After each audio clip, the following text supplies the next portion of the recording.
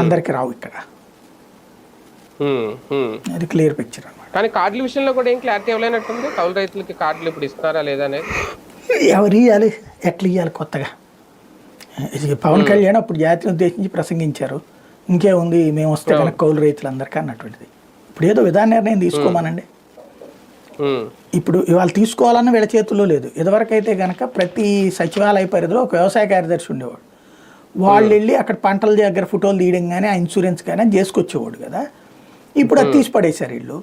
ఇవాళ రోజున అదే కౌలు నేనే పండిస్తున్నా, ఒరిజినల్ రైతు కాదు అని నేను చెప్పాను అనుకోండి, నా చేతికి కార్డు ఇచ్చేస్తానంటే రైతు ఒప్పుకోడు కదా. దీన్ని ఎట్లా చేయాలి? ఓ ప్లానింగ్ లేదు వాళ్ళ దగ్గర, అది సమస్య. అవును అవును ఇదే జరగబోతుంది. కానీ ఒకటిసారి ఇక్కడ ఇందులో వీళ్ళు విస్మయించిన పథకాల విషయంలో అంటే ఈ బడ్జెట్కి మాత్రమే పక్కన పెట్టారా? ఉచిత బస్సు కానీ, ఆడబిడ్డ నిధి కానీ ప్రధానంగా, అలాగే నిరుద్యోగ భృతి కానీ, ఈ 3 ఇక పెండింగ్లో ఉంచారా, ఇంకా ఉంటాయా? మన ఇప్పుడు అసలు అది పెండింగ్లో ఉందన్న చర్చ ఎక్కడన్నా వచ్చినాయి పత్రికలు కానీ టీవీలో కానీ? అంటే సాక్షి వాళ్ళు మాత్రం సాక్షి వాళ్ళు అదే చెప్పారు అంతే, వాళ్ళకి అవసరం ఇంకా అంతే. కాకపోతే బేసిక్గా పబ్లిక్ చర్చ జరగాలి కదా. ఇప్పుడు వీళ్ళ ఉద్దేశం ఏంటంటే మనకు కనబడుతున్నదల్లా కూడా సంక్షేమ పథకాలు జనం కోరుకోలేదు, అనవసరంగా ఇచ్చారు, ఎవడి కోసం ఏమన్నాడని జనమే అన్నారు.